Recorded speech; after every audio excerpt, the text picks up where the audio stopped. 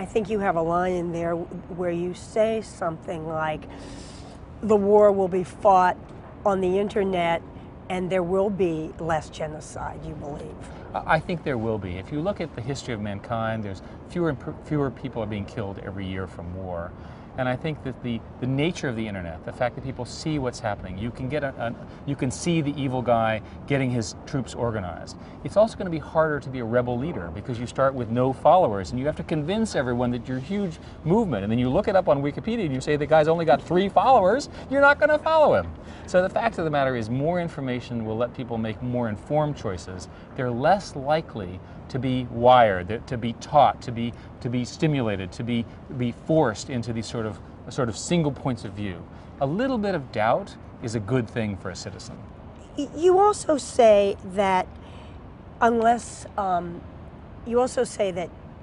because the internet is so complicated that unless terrorists are really state-sponsored, they're just not going to be so much up to speed on technology. But isn't it possible more and more that people will be groomed to go into different companies or get a job working for a government and somehow seamlessly plant a worm or plant spyware? Isn't that something to be worried about? Of course it is. It's just a new form of spying. It's been going on for hundreds of years. It's just a new tool. The good news with that kind of stuff is we can detect it. Code can be read. People can discover these worms. They can be essentially eliminated, and people will be they'll be warned about that. To me, governments are going to continue to do what they've always done, which is spy, worry about other countries. That's not going to go away.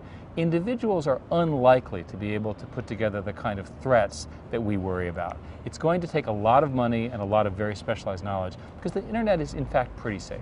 In your book, you say there's really a danger here that we're giving up too much privacy, allowing too much surveillance, allowing the internet to be used maybe the way we don't want it to by our own government in order to protect against terrorism and acts by other governments.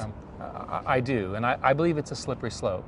So again, the unintended consequences of a good policy can restrict the freedoms of the well-meaning, the legal citizen. And that's a balance. And each country, what I've learned, will solve this problem in a different way. In the US, it'll be much more libertarian. In Europe, it'll be much more state-sponsored. So for example, looking at London and the cameras that everybody is under. But in many countries, the most interesting subject is they have no history at all. They have no history of openness. So we don't know how they're going to decide.